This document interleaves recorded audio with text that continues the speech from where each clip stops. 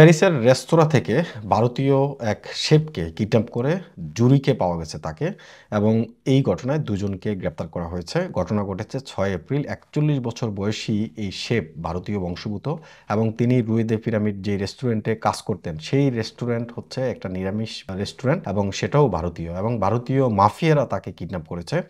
ঘটনাটি ঘটেছে ৬ এপ্রিল বিকেল ৫টার দিকে। শুরুতেই সিসি ক্যামেরার ফুটেজ দেখে নিশ্চিত হওয়া গেছে দুজন ব্যক্তি তাকে সেখান থেকে নানান কথা বলে সেখান থেকে সরিয়ে নিয়ে যায় এবং তাকে পাওয়া গেছে ১১ই এপ্রিল সুইজারল্যান্ডের জুরিকে। এই ঘটনায় যখন সন্দেহভাজন ২১ বছর বয়সী একজনকে গ্রেপ্তার করা হয়, তাকে জিজ্ঞাসাবাদের পর জানা যায় যে তাকে কিডন্যাপ করা হয়েছে। এবং কেন কিডন্যাপ করা হয়েছে, যে রেস্টুরেন্টের মালিক পক্ষ দুজন ছিল, তাদের মালিকদের মধ্যে একটা ঝামেলা হয়।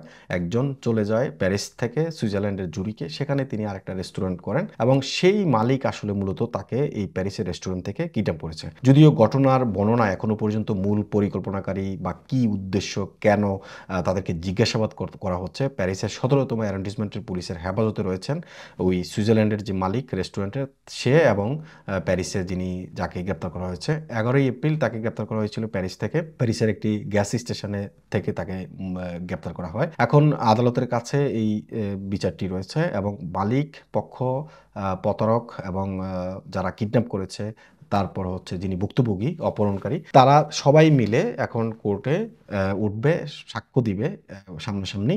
তখন হয়তোবা ঘটনাটার জানা যায়। মূল ঘটনা হচ্ছে এই ভারতীয় যে শেফ, যিনি প্যারিসের রুই দ্য পিরামিডে যে রেস্টুরেন্ট, এটি একটি নিরামিষভোজী রেস্টুরেন্ট, এই রেস্টুরেন্টে তিনি কাজ করতেন এবং তার হাতে নিশ্চয়ই কোনো জাদু আছে। না হয় কেন ওই মালিক মাফিয়া ঠিক করে তাকে প্যারিস থেকে কিডন্যাপ করে নিয়ে যাবে, সেটা আমার ধারণা।